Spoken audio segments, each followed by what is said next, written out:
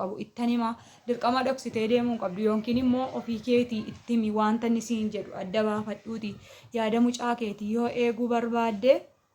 karoora kana keessa gali garuu immoo yaada mucaa keetii in hedduu yoo ta'e dhoksitee deemuu dandeessaa jedheeni iseenis immoo ittiin himtootaa fi jaallatamtoota hordoftoota Roomee Miidiyaa nagaa keessanii ani nagaa kooti gooftaa galatu isin baga nagaa taatan isiniin jechaa kanin gara keessan dhufeef har'a kanin dhufeef jechuudha isa dhoksaatti hojjetan dhoksaatti nama matan utuu hin taane fuula keessan durattiin hittiinaan sabboontuun akkaseen heerumaaf qophaa'aa jirtu milootti mu barbaadeen jechuudha akkuma kaleessa isiniin jedhee miliyoonii dhoksitee heerumaa jirti yaadasee guutuu sammuusee guutuu amansiistee kanaan dura qalbii mawweenatti fakkaate garuu seenessa dhugaasaa murteeffattee jirti kaleessuman garaa koo kutadhe viidiyoo wayii waraabdee gaafa seen gadhiiftuun garaa koo kutadhe jechuudha iseen murtoonsee miliyoonii dhoksitee karoora akkasii yaada akkasii keessa galuudha ani immoo bakka miliyoonii dhoksuun qabduu ittanima jedhee akkuma kanaan dura isinitti simee iseedhaanis itti muun qaba miliyooniitti jedheeni amma miliyooniin irribaa ka'ee jira miliyooniitti muun qaba iseen immoo gabaa deemtee jirti waan ta'eef amma miliyooniitti akkan himuu qabuun murteesse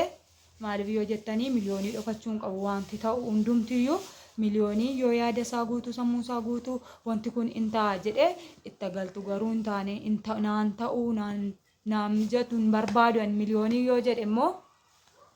iseen gaafa karoora see isti ta'ee itti fuftee maal akka ta'e hin beeku miloo shittoo waan seetti jirtu beektaa adama saseenii miliyoonii dhosseenii heerumaatti nan heerumuun qabaa abbaa manaa wajjin kabaja namni qabaa namni abbaa manaa malee nama kabaju hin jiru namni abbaa manaa malee bakka yoo deeman kabajamu abbaa manaa wajjin yoo lafa namaa dhaqan kabajamu namni abbaa manaa malee nama kabaju hin jiru jettee nan heerumuun qabaa miliyoonii immoo ittiin himu inaaraa aaruu danda'asi dhiisuu danda'asi kanaafiyyuu miliyooniitti himuun qabutu miliyooniin hin beekin karoora akkasii keessa galuun qabaa jettee murteeffattee jirtu waan ta'eef amma kana irratti maal jettati amma see yoo heerumte bakka namni abbaan ormaa nama kan namaa ta'u jira kan namaa hin taane jira bakka ani immoo dhala kee orman agarsiisinii waan ittiin jiraattu qabda dhala kees guddifachuu dandeessa dhalli keessii guddateera miliyooniin guddatee qaata ga'e waan ta'eef karoora akkasii keessan galinii ennaan lakki dhalan dabalachuu barbaade tokko nafuun qabu mucaan dabalachuu barbaade waan jedhamu murteessee kanaafiyyuu heerumuun qaba jettee murteeffattee jirti waan ta'eef kanarratti ati maal filannoon kee yoo seen heerumte maaltu sitti dhaga'amaa siin jechuu barbaadeen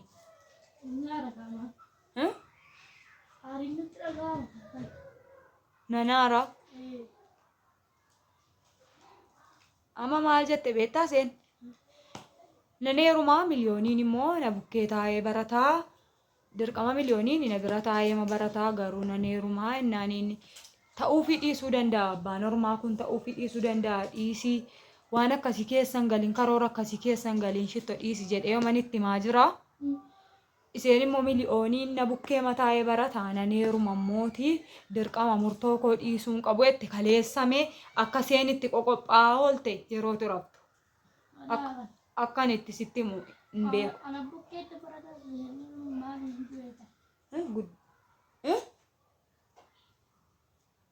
Maattee an bukkeetti hin baradhu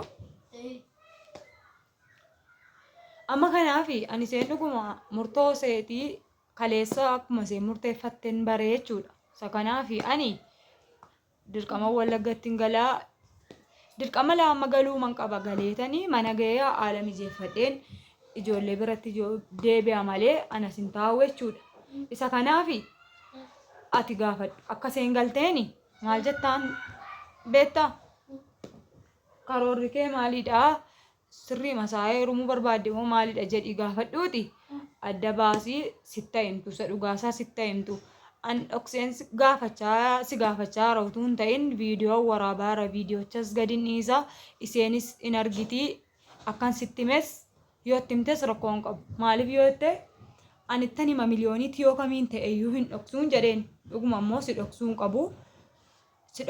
Si dhoksee yoo isheen karoora kana keessa galte atis harka keessaa qabda bornaan jechuu dandeessatis atis harka keessaa qabda in sobda beekaana dhossitan jettee waan sammuun keenatti qabamuu fi ani immoo baay'ee waan si jaalladhuuf kana si dhoksuun barbaanne. Isa kanaafi akka isheen galteen gaafachuu qabdaa jechuudha. Jirti mucaanis aaree jira ani wajjin jiraachuun qabu ani bakka Wallaggatti gala malee addana jiraachuun qabu jedhee kun murtoo kooti isheen dhuguma hin heerumti taanaan wajjin hin jiraadhu nama ormaa wajjinis beekeen jiraadhu silumayyuu an karoora akkasii qabdi yaada akkasii qabdi hin seene anuma guddifattiin se'e malee jedhee. Isa kanaaf isinis karaa koomentii jajjabeessaa jirtu heerumi jettuuni mucaan immoo isa kanaaf rifatee jira jechuudha. Anis kanaan dura isin akkuma ani seetti mee dhoksuun qabu jedhee miliyoonii dhoksuun qabu ittan hima dirqama dhoksitee deemuu qabdu yookiin immoo ofii keetii itti himi wanta inni siin jedhu adda baafadhuuti yaada mucaa keetii yoo eeguu barbaadde karoora kana keessa gali. Garuu immoo yaada mucaa keetii in hedduu yoo ta'e dhoksitee deemuu dandeessaa jedheeni isheenis immoo ittiin himu taamrii kamiini dhoksee waan deema malee itti himuu qabuu naan jette. Isa kanaaf isinis amilee ta'aafii jirtu jajjabeessaa jirtu heerumi jechaanii jirtu. Isa kana heerumtu kaleessa immoo qophii baay'ee irra turte baay'ee qophaa'aa turte. Antaa'ee waan gubadda gahaan godhaani baay'een keessanillee inni naafte naan amma maalanii naafa daraa rabbi amma maalanii naaf isa kaminni inni naaftee naan jettan. Heeruma zargii seeni naafamoo meesa qabnaan galle inni naafte ati ni naafte naan jettu sakam akka inni naafu na wallaalee ani garuu sababa munisee jaalladhuuf jechanii abbaa ormaa of hin barsiisin qaawwaa kee nama hin barsiisini jedheeniin yoo innis immoo qabeenya kee